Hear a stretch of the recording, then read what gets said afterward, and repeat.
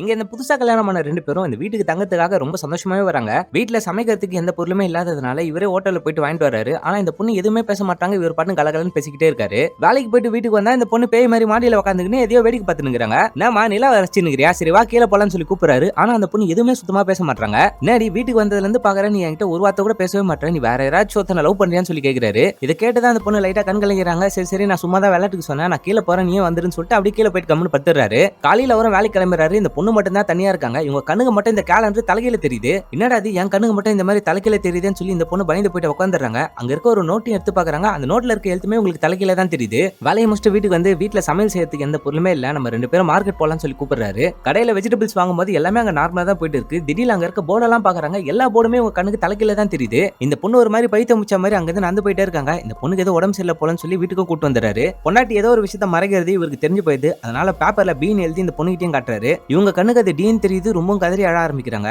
இதெல்லாம் ஒண்ணு இல்லமா ஹாஸ்பிட்டல் போனா எல்லாம் சரியாயிடும். கண்ணுல எதனா பிரச்சனை வந்திருக்குமான்னு சொல்லி சொல்றாரு. நீ யாரு என்னோட ஹஸ்பண்ட் எங்கன்னு சொல்லி இந்த பொண்ணு கேக்குறாங்க. நான் தாண்டி உன்னோட ஹஸ்பண்ட் சொல்லி இவரும் சொல்றாரு. என் வீட்டுக்காரரு மிகப்பெரிய ஆக்டர்னு சொல்லி ஒரு போஸ்டர்ல இருக்கிற போட்டோவையும் காட்டுறாங்க. நீ அவர்கிட்ட இருந்து என்ன கூட்டு வந்துட்ட மரியாதை அவர்கிட்ட கூட்டு போயிடுன்னு சொல்லி இந்த பொண்ணு ஒரு மாதிரி வைலண்டா பிகவ் பண்ணிட்டே இருக்காங்க. ஆனா அவரும் கண்ட்ரோல் பண்றதுக்காக ட்ரை பண்றாரு. டக்குன்னு பார்த்தா இந்த பொண்ணு அரைஞ்சிடறா. பொண்டாட்டியா அவளோட ரூட்லயே போயிட்டு தான் அவளை நம்ம மடக்க முடியும்னு சொல்லிட்டு நாளைக்கு காலையிலேயே உன்னோட ஹஸ்பண்ட் கூட நான் உன்னை சேர்த்துறேன் நீ கம்மன் படுன்னு சொல்லிட்டு ஒரு பாட்டியம் போட்டு படுக்க வச்சிடறாரு. இவங்க பாட்டை கேட்டுக்கிட்டே தூங்கிடுறாங்க. கண்முழிச்சு பார்த்தா நல்ல ஒரு பணக்கார வீட்டு பொண்ணா இருக்காங்க. ஆக்சுவலா இந்த பொண்ணு ஒரு பணக்கார வீட்டு பொண்ணு தான். இவங்களோட இல்யூஷன்ல இவங்க ஏழையா இருக்கிற மாதிரியான பிம்பம் தான் உங்களுக்கு தோணிக்கிட்டே இருக்கும். என்னங்க புது பட ஷூட்டிங் ரெடி ஆயிட்டீங்களா சொல்லி இந்த பொண்ணு கேக்குறாங்க. நான் ஏன்டி ஷூட்டிங்லாம் போனோம் நான் பேங்க்ல தாண்டி வேலை செஞ்சுக்கிறேன். என்ன ரொம்ப நாளாவே நீ இந்த மாதிரி டார்ச்சர் பண்ணுகிற. நம்ம 2 பேருக்கும் நான் டைவர்ஸ் அப்ளை பண்ணேன்னு சொல்லி உங்க வீட்டுக்காரர் சொல்லிடுறாரு. சரி என்னோட டவுட்டை மட்டும் கொஞ்சம் கிளியர் பண்ணிடு. இதுல பீன் மட்டும் எழுதுன்னு சொல்லி கேக்குறாங்க. இந்த பொண்ணுக்கு இந்த தடவை இது தலைக்கெல்லாம் தெரியவே இல்ல. பியா மட்டும் தான் தெரியுது. அப்பயே அவங்க புரிஞ்சுக்கிறாங்க இவங்க குணமாயிட்டாங்கன்னு. இவங்க இல்யூஷன்ல வந்த கணவர் போட்ட பாட்டால இவங்களோட மனசும் ஓரளவுக்கு அமைதியா இருக்கு. அதனாலதான் இவங்க குணமாயிருக்காங்க. அப்படின்னு படத்தை முடிக்கிறாங்க.